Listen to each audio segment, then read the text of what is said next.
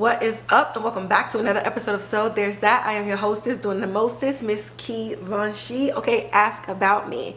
Now, crikey, that's a rare sighting. Quyen doesn't have a hat on, but I washed my hair and it is soaking wet right now, and I just could not be doing like moldiness and having like wet hair stuck to my ears while I do this. So yeah, this is me. This is what be under the hat when I decide to, do a little hair follicle maintenance or whatever. But we are gonna jump into this episode because it is late and I want to just like relax. 1, 2, there's just no preamble to what we saw in chapter 8. Like, I thought chapter 7 gagged, but then to do 8 when they did, their minds, the story, like, I need to read this book. I'm gonna read the book when the season is over. We only have 2 more episodes after this, and then I'm reading the book because this is crazy. Like, this is crazy. So before jumping into it, I'm gonna do all of my plugs and everything at the beginning. Now that I'm thinking about it, go ahead and like, share, subscribe, hit the notification bell, leave a comment in the comment box. You can also DM me or just comment on the different things that I post on Instagram at So There's That Podcast. And you can also engage with me on Twitter at Quyen. Like I said, I always watch these shows and then I'm getting on there and I'm tweeting about everything anyway. Just a lot more raw thoughts and feelings and just fun stuff outside of giving you a quasi-professional review or recap in this format. Okay, I'm a little bit rawer, a little bit messier over on Twitter. So if you want to get into the minds, then go ahead and hop over there. And with that, we're going to jump into chapter 8 of Emperor of Ocean Park. When I tell y'all, like, I am fighting my blackness hard by not putting S's in this name. I really want to put an S in it. Like, I want to call it Emperors of Ocean Park. Every time I say it, I feel like I don't know, I just feel like I sound like I just learned how to read because I'm saying it like super slow, like Emperor of Ocean Park. But really, I'm just trying not to put an S in there. It's crazy. It's so much going on. Without further ado, all right, so chapter 8. So the episodes that they do, and I don't remember if I said this last Sunday, but they do their episodes in chapters, which it's based on a novel. So I see what they're doing. It's clever, and easy, I guess. The genre: crime, drama, mystery. The director again was Quyen Tran. The teleplay for this episode was done by Shukree Hassan Tilghman. And it was developed for TV by Sherman, Payne, and it's based on the book of the same name by Stephen L. Carter.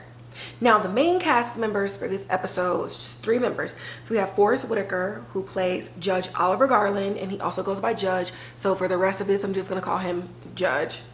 We have Aura Jones, who plays his wife, Claire Garland, and Torrey Hanson, who's like the family best friend and who the kids refer to as Uncle Jack. So just a quick recap of the storyline. It follows Talcott Garland, whose existence is upended by the death of his father, Judge Oliver Garland. Mariah, the sister, a former journalist and ardent conspiracy theorist, questions the manner of his death and thinks that he was the victim of foul play. So we left off last week. Addison told Mariah and Talcott that their dad had Abby's killers killed, and so we figured out who the murderers were. So this is gonna be a weird episode for me to y'all, but I'm gonna try to do it the way it was done for us watching it. Boom, this is not a spoiler. The end of episode 7, Jovan and Bethany ran over Abby and drove off, hit and run. So it's just like, okay, oh my god, like he had them killed, like blah blah blah, right? Thinking you're about to go into chapter 8 with like Mariah, Talcott asking Addison a whole bunch of questions, what happened, like all these other things. They said, I know what's gonna get the people going.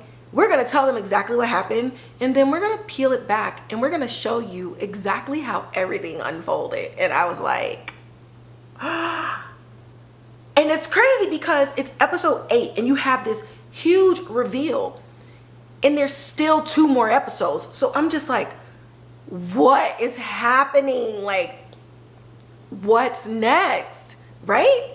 So once upon a time, I'm like, all right, so this entire episode is a flashback, okay? It's a flashback episode. There's no back and forth. Last week was a struggle. It was like present, past, but all flashback, right? So we just found out that he had Jovan and Bethany killed.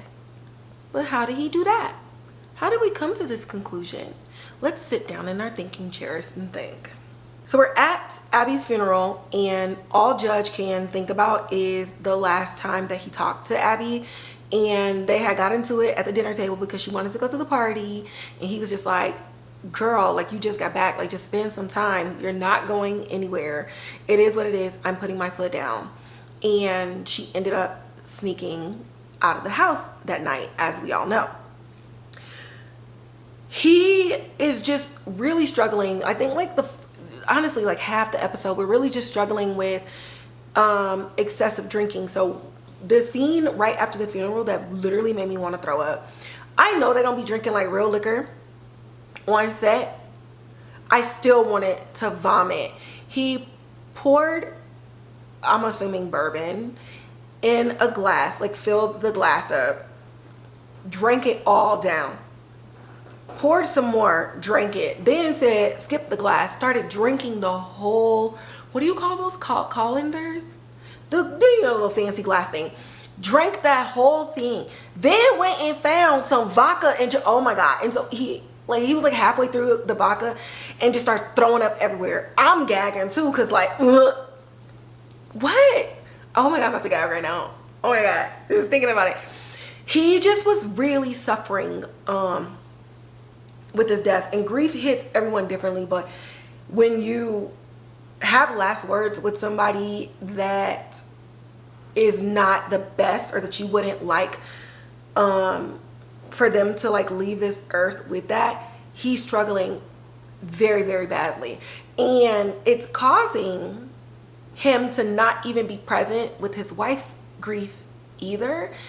And so they're both going through this grieving process alone, and she's trying to be there for him, but like, how can I show up for you when I also lost the child that I gave birth to, but you're on this path of self-destruction, so I can't even grieve for real because I'm babysitting you because you are becoming undone. Now, like I said in the last episode, the way that we remember things, I didn't even know like where the wife was. I didn't know where people were. And so seeing this episode and seeing Claire be there, I'm still wondering, like, where was she that night? Was she upstairs? Because the way that they're handling her death is just vastly different. It almost feels like the judge is literally just like beating himself up, saying like, I could have done something, or I could have prevented it, even though he couldn't have.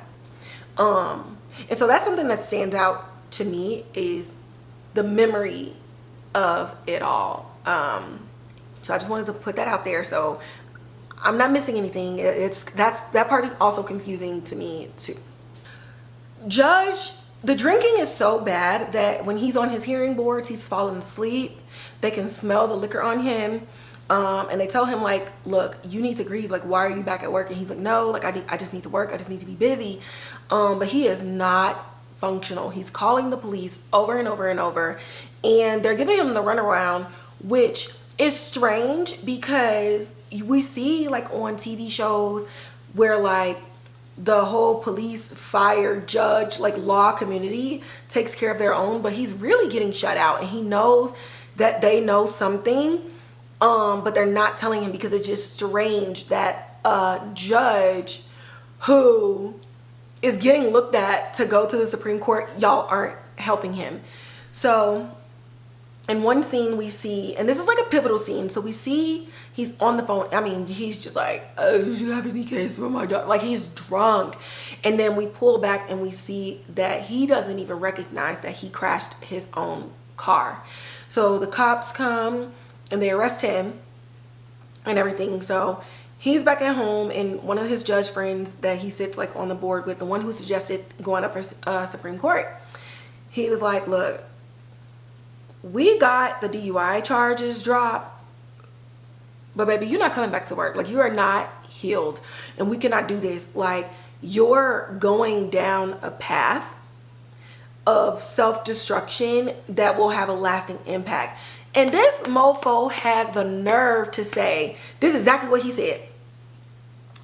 You're on the path for the Supreme Justice. What happened? I'm sorry. Because what do you mean what happened, bro? My daughter is dead. Like, it's just like, oh my God. It's honestly, I am watching all of this, and it just feels like there are really no real friends in his life. To sit there and say this to this man, the wife is sitting there, you're talking to him, and you're saying what happened because you're worried about how his behavior is going to affect him getting pushed for the Supreme Court, and you're not thinking about the father. Really like had like a shift in me. And this also shifts the tone in the episode, because like I said, how am I this prominent judge, the emperor of Ocean Park, y'all say, and yet there's no movement on my child? The hell is going on? So the judge and Claire are at Abby's gravesite and really just kind of taking in, you know, the fact that his drinking is getting out of control. And like they said, they were like, you're not coming back to work until you grieve properly. At that point, Jack, or Uncle Jack, comes up to them. You know, he gives his condolences and apologizes that he was not able to be at the funeral due to like being away. Like, I don't even know if he was in the same state at the time or whatever was going on. Jack asked him, you know, is there anything, like, what do you need me to do? Like, how can I help you? So this is the first time that we see somebody genuinely be like, what do you need from me? Not this fake this or giving what you would want and doing all those other things. He just simply opens the question, like, what do you want me to do for you? How can I be of assistance? And Judge tells him, the people who killed my daughter, I want them dead. And Jack was like, well, you know, it was a hit and run. It was an accident. He said, when they left her there, it was murder. That was it. And what I want is for the parents to know what it's like to lose a child, because I have to live with this for the rest of my life and somebody needs to pay. So Jack is like, okay, cool. I can look into some things, but I'm not doing this if you're drunk. You need to have a clear mind. You need to get clean. We are not doing any of that, because whatever decision comes from this, when I find out what information I find out, I don't need you blaming it on having a lapse of judgment or a mind that was jumbled with intoxication. So Judge agrees to quit drinking. So he gets rid of like all his alcohol and all these other things. And Jack was like, okay, I'm gonna look into it. And they get to work. In the next shot, we see this car is like stalled out in the middle of the road with the hood up, and this cop stops and he's like, oh, like, are you good? And he was like, yeah, I think I just need, you know, to get my car jumped. So the cop is getting the jumper cables, this, that, and the third, and when he connects to them, it shocks the cop. So he did something with the battery, or he probably had them switch to where the cop ended up putting the polarized ends on the wrong side. So then he's like passed out on the ground. He swaps like the cars, goes to the police station. He got the badge. He's going in. He moving fast. Jack is moving quick on this, because like that's his, you know, that's his niece. Like, they call him Uncle Jack. Like, he's been around since they was babies. So he's working fast. But he hired like an ex-military guy. He downloads the files from the computer, and then he goes into the evidence room and he checks out all the physical evidence that they had. So Jack and Judge are like in this area just waiting for him to show up. So he shows up, he got all the information, and he was like, you know, avoid the photos of the crime scene in there, but there was these cars, they narrowed down, like they have information where they narrowed down to at least like, it was like 12 types of cars with like the tire tracks and stuff like that. But in the physical evidence locker, there was a broken headlight there too. And so they were like, if we find the car to match the headlight, then we know like whose it is. So Jack is still like, okay, are we moving forward? Like there's no turning back. And Judge is like, I wasn't playing with you. Like, we're gonna find out who killed my daughter. I don't care what's happening. Like, revenge is revenge. And I said I wanted revenge. Why do you keep questioning me? So Jack is like, all right, bro. It's cool. We gonna move forward. So he has all the stuff, and I was shocked. I guess I shouldn't have been shocked, but he's sharing the information with Claire and like the plan. So he had Talcott help him digitize the camera recordings that he and Abby were doing when she had came back. So it's like on a computer and he's watching it on TV. And he was still like sneaking and drinking. Okay. And but he wasn't like super drunk. Well, he was drunk. And they're watching it, and they stop on Marcus, and the judge is like, you know, he did it. And the wife was like, no, he just liked her and she liked him back. And it's really nice that somebody who spent the last moments with her spoke so highly of her. And she was like, but I want you to go back to that white girl, the one with the blonde hair. And the judge was like, what white girl? And she was like, just rewind it back. And he was like, she barely spoke for like 60 seconds. Like, what could she possibly know? And she said, well, look at her. You know, she says that she didn't know her or anything about her. And yet, out of everybody in the videos, she looks in distress, sad, and grief-stricken. Why would you feel that way and show those signs of emotions if you did not know who she was? And in it, she was talking about how she was there at the party with her boyfriend, and they ended up, so the judge is like, wait a minute. So they ended up like looking up one of the like car information. So they did get like some of the car information, something. I'm trying to remember this moment. It happened so fast. But oh, they looked up her information, and then when she was in town, they found where, like, what address she had listed to be staying in away from school, and it ended up being Jovan's parents' address. And so they're like, Jovan must be her boyfriend. So now they're like, and Claire just straight up says, I think her and Jovan killed Abby. Nobody else is acting the way that they are, but something is up. Like, you need to look into this. Judge calls Jack over, and he was like, hey, this is the information. This is what happened. Like, that weekend, they broke up.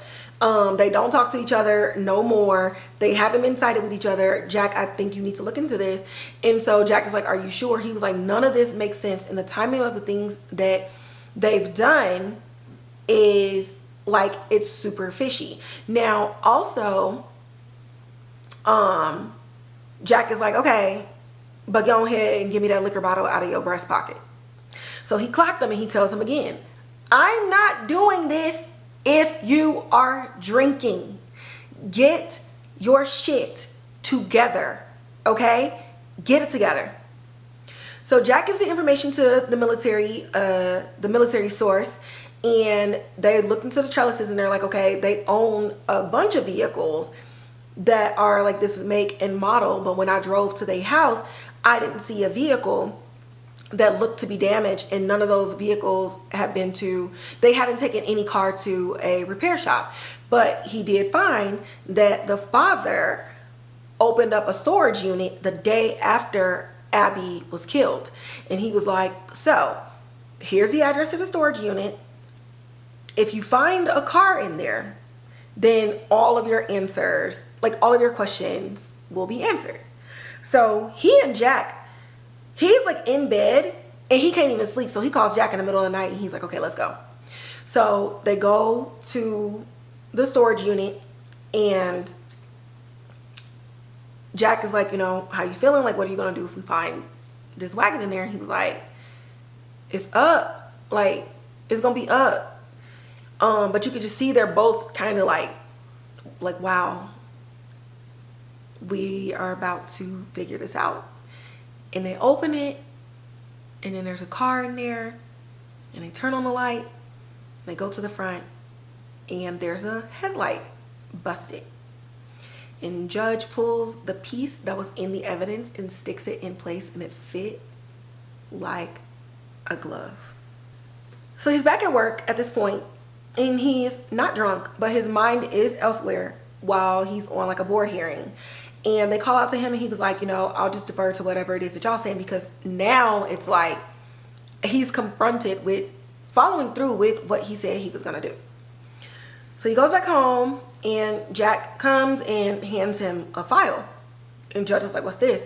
He was like, this is everything to show Jovan's dad covering it up, the congressman covering it up. Why is he covering it up? Because it's presidential election season. They have things to lose. Jovan would lose his scholarship. Other than just being in jail, they're thinking about things that wealthy people think about when they go and commit crimes to cover up the crimes that their own children have committed.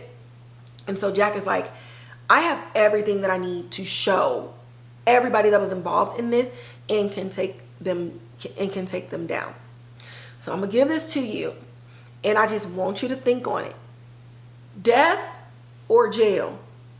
But I just want you to know that we can move forward with the police on this. The next day, Judge is talking to Claire about it. And I'm going to read some lines from here because now we're getting more Claire. And it's plot twist. Okay. I got ahead of myself. So let me back up. So it is the next day, but there were some things that happened before he talked to Claire. He goes up to Jovan's school and he's just watching him like underneath the violet. I don't know what other people call it, but that's what we call it in Chicago. But so he's standing there underneath the violet and Jovan is like got his Letterman's jacket on, he chopping it up with his homies and they're walking by. And Jovan sees him and he's like, oh, hey, Judge Garland, da-da-da. You know, how are you? How is everything? And the judge is like, you know, how are you doing? And he's like, oh, man, I'm getting ready to graduate next year. Life is great. Sports is up. Sorry about what happened to Abby, though. Like, that's crazy. But, you know, one, stay up. Peace and love. See you later type of situation. Zero remorse. Zero regret. I mean, just cheesy. Life is amazing for him. Amazing for him. And at this point in time, it's been at least 5 to 6 months since Abby's death. And he's just moving on like nothing happened. Then Judge goes to the grocery store and he just gets a few items like, I don't know, some bread, milk, bananas, eggs, whatever. And he goes to the cash register where Bethany works. Bethany looks the complete opposite. She looks like hell. Like she just ain't had a night's sleep. Not even, I can't even say a good night's sleep. She don't look like she slept at all. And it's just, and he's feeling bad. And so she doesn't recognize him. And really her only connection to Abby was through her boyfriend, whose family is friends with the Garlands. So she wouldn't even know what Judge looked like at all unless she was watching the news. But then if she's not really sleeping and she feels regret, is she watching the news in the first place? Because she knows what they did. Okay, so he looks at her and he says, you know, something to the effect of like, have a nice day, or like, I hope you have like a better day. And it stuns her a little bit and she looks up and she just says thank you. So he goes home and he's explaining to Claire, he was like, it's the exact opposite. Like he's over here like super happy and she looks like hell. Like, I think we should turn the information in. Like, we can just turn them in, and, you know, we can get justice that way. And plot twist that I did not see coming, Claire was like, have you lost your ever loving mind? And so Judge is like, what? And we get some beautiful lines from Claire. She was like, first off, she said, I don't give a damn how sad this girl looked. I don't care how much she did not sleep. She had months to turn herself in, and she still has not said anything. Then she says, we cannot go back to the same people who didn't solve her murder in the first place and ask them to heal our wounds. Oh my God. Just, oh my God. It's like, I don't even know. So many thoughts went through my brain, like police brutality, the relationship that Black people in America have with the justice system in general. It's like, you know, things are corrupt, and you know these people are actively not helping us. So then we got to now go out and do your job. And then we're going to give you all the evidence that we collected that you should have been collecting, and ask you to help us after you've been on purpose denying us help in the first place. Absolutely the F not. We are not going back there to them. We're killing these kids. So she got up from the table. She was like, no. So Judge gets on the phone. He calls Jack, and he was like, hey, do it. Like, do it. So he gives the military guy the phone call, and we just see some beautiful cinematography. So we see him stalking Jovan's every move. We see him stalking Bethany's every move, when they're coming from class, out of class, to and from work, everything like that. And then we get shots of him running them over, and as they see his headlights come to them, they look in shock. And then it goes back to Abby, the night that they killed her. And with Bethany's, while it was shock, then there was a look of like peace, as if she felt this death is deserved, and death would be the only thing that would free her from the guilt that she had from that night. So it was just really beautiful to see Jovan's last look and Bethany's last look, with the overlay of Abby, and then them driving off and leaving her in the street with their subsequent deaths. I thought that was beautifully done. Director, your mind, I love it. I love it so much. That was really nice. I mean, the act was terrible, but it was nice. I'm nerding out. Let me stop. It's sounding bad. Great shots. Claire walks into Judge's office, and he's just getting off the phone, and he looks at her and he says, it's done. And for the first time in months, they go into her room, and they're actually like grieving together, but in a healing way. Claire says, you know, they want to keep the room mostly the same, but let's pack up some things. And Judge put the bear that Marcus had won for her like in the center of the bed, and they really like looking at each other, and they get to just breathe and just smile that while she's gone, and while they got like their own justice, she was ultimately, like Marcus said, a good girl, a beautiful girl, and a beautiful energy and a beautiful spirit. And that is what people who knew her remember her by. And so it was just a really sweet moment to kind of close the casket on the things that they refused to bury when they didn't have answers to their questions. Now let's talk about the diabolical nature. This, when I tell you Judge and Claire match each other's freak, baby. baby, I don't even, honestly, Claire is an evil genius. I'ma just say that. And her man, he gonna stick beside her. He gonna stick beside her. Some of the, oh my, I just, let me stop talking. Let me just tell you. Judge goes to Bethany's funeral, and the congressman is speaking, and Judge is just hanging out by a tree. He's just in the back, present but not involved. And when everybody's walking away, the congressman sees him, and he knows of him, right? Like, again, this is a known man, right? Going back to what I was saying, like, he's known. So why aren't we helping him? So the judge is just like, it's just, a tragedy. Just wanted to come, pay my respects. And the congressman was like, I imagine that this is hard, in bringing up, the way that your daughter died. And it's just a sad, like, tragedy. I hope that we can all heal eventually and move on in the future. And Claire did not attend this funeral. So they just have a little small talk and then they leave. But then we go to Jovan's funeral. And it's in a mega church.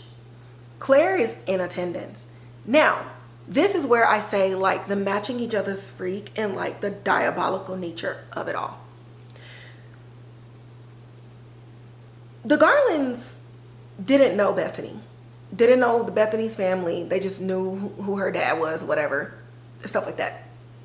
So Claire not attending and Judge just kind of being off in the distance was impersonal, right? And Bethany honestly was like a, what do you call those people? Like a casualty of it all, really.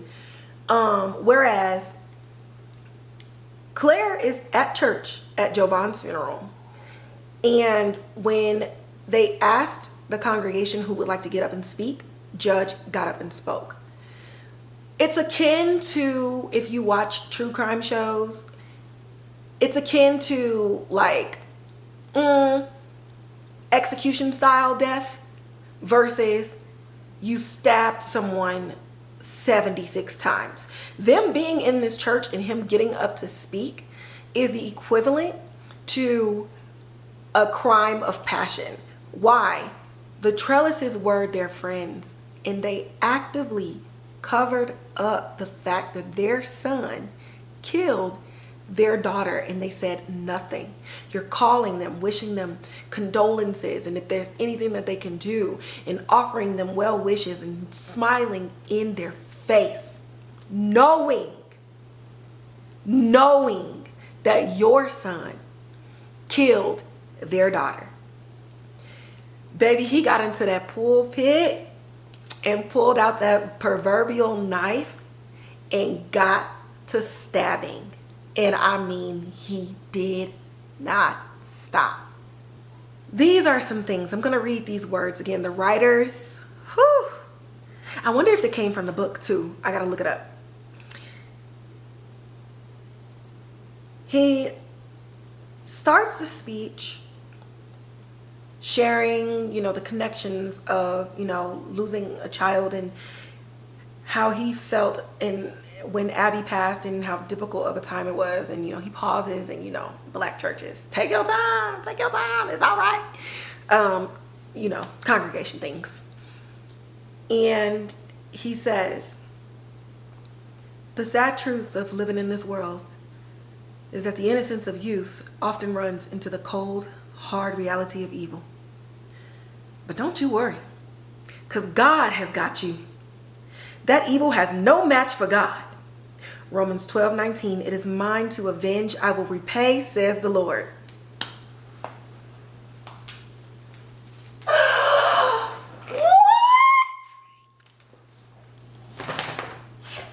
And the camera pans to Jovan's parents.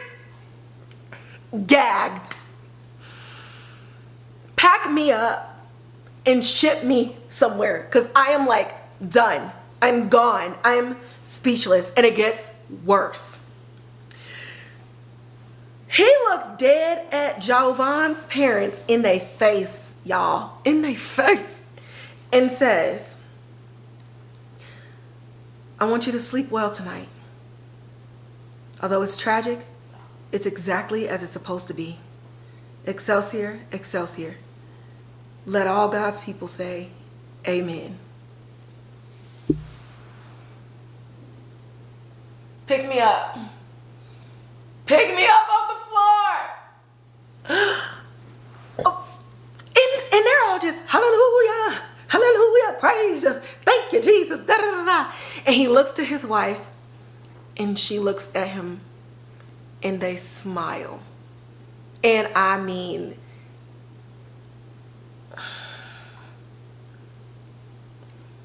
I already seen it. I already seen it twice, and I'm still gagged. I am still gagged. It is exactly as it should be. It is the innocence of the youth runs into the evil of the world. He is the evil. Oh. Then saying, because God got you. Bro, I'm about to watch this again. I cannot believe. Why is nobody talking about this show? Why is nobody talking about this show? Why is nobody talking about the show? I can't wait. I'm gonna record the whole, that whole thing. MGM Plus. Hi, it's me again. Do you need somebody to market? Is there a Twitter page for this? Like, we need to grow this. We need to grow this fandom. That man got his acting ass up there and just that is what he did. I'm stuck. The episode's not even over. I could literally stop here, but I won't. Let's continue. Jack shows up and Judge is jovial and shit. They all happy, and Jack's like, you know, how's everything? He was like, I haven't felt this good in such a long time. It's been almost a year since I've even been drinking. Like, life is great. My mind is clear. My kids are thriving. My marriage is good, which is good because a lot of marriages don't survive child deaths. And so the fact that, let's just lean in on their love. It's a little deranged, but let's lean in on their love. The fact that he included Claire in all of his thought processes, even when he was drunk, just telling her, like, I want revenge, and then those stopping points where it was like, well, maybe we should go to the cops and maybe we don't, and just the fact that they were very much involved in the vengeance, and it wasn't like one parent trying to move on while the other one was stuck, because typically that's what happened. And nobody was blaming each other. So they had the absence of blame and the absence of being on two different pages. They were on the same page. They just processed it differently, but they stayed on the same page, which speaks to the strength of their marriage in the first place. So you can just tell that they already had like a really solid foundation before these kids ever came into the mix, and they got through it together by leaning on that foundation. So I just really want to say, you know, shout out to Black Love. What they be doing, what the kids be doing, this thing, yeah, hearts for everyone. So Jack is like, okay, cool, like, you know, well, I came here because, you know, I need something. And remember that thing I did for you? Yeah. So I'm gonna need a favor. So he is saying that he knows somebody who is, where does he work at? MKD Global, the head of MKD Global. And so Judge is like, okay, like I could recommend like a great lawyer. And he was like, we don't need that kind of help. And so Judge, the light bulb comes on and he's like, MKD Global case is coming up on our docket next month. And Jack is like, yeah, I know. And the judge was like, well, what do you want me to do? And he was like, you're creative. I'm pretty sure you could think of something. Brilliant guy like you. And he walks out. So there's that, guys. Chapter 8, episode 8, Emperor of Ocean Park, the king Forrest Whitaker. Aura, I don't even know. I gotta look at her catalog to see if I've ever seen her on anything, but even like her monologue and dialogue in this episode, such power in their grief, such power in love, in their pain, and just so much peace in their vengeance. Just so many emotions juxtaposed, but they fit together like a beautiful, beautiful puzzle. Oh my God, like they could have stopped here. And there's 2 more episodes. This got to be one of the best written episodes I've seen. Like, I don't, honestly, me as a viewer of television, I'm getting fed The Ones Who Live, Interview with a Vampire, From, Emperor of Ocean Park. The writing is phenomenal. I haven't been this gagged since How to Get Away with Murder. Like, it's insane. That's all I can say. Watch the show. Just watch it. Just watch it. Watch it. Watch it. Go look at it. Find it, search, watch it. Hit play, watch it. Did I say watch it? Watch it. And on that note, I'm going to go watch this episode again. It's so good. It's so good. I will catch y'all next week for chapter 9. I cannot wait to see what's in store for us. I would do some predictions, but at this point, I don't know what they're doing. I can't even guess. I can't even guess. I don't want to guess. Gag me. Continue. Okay, I'm out.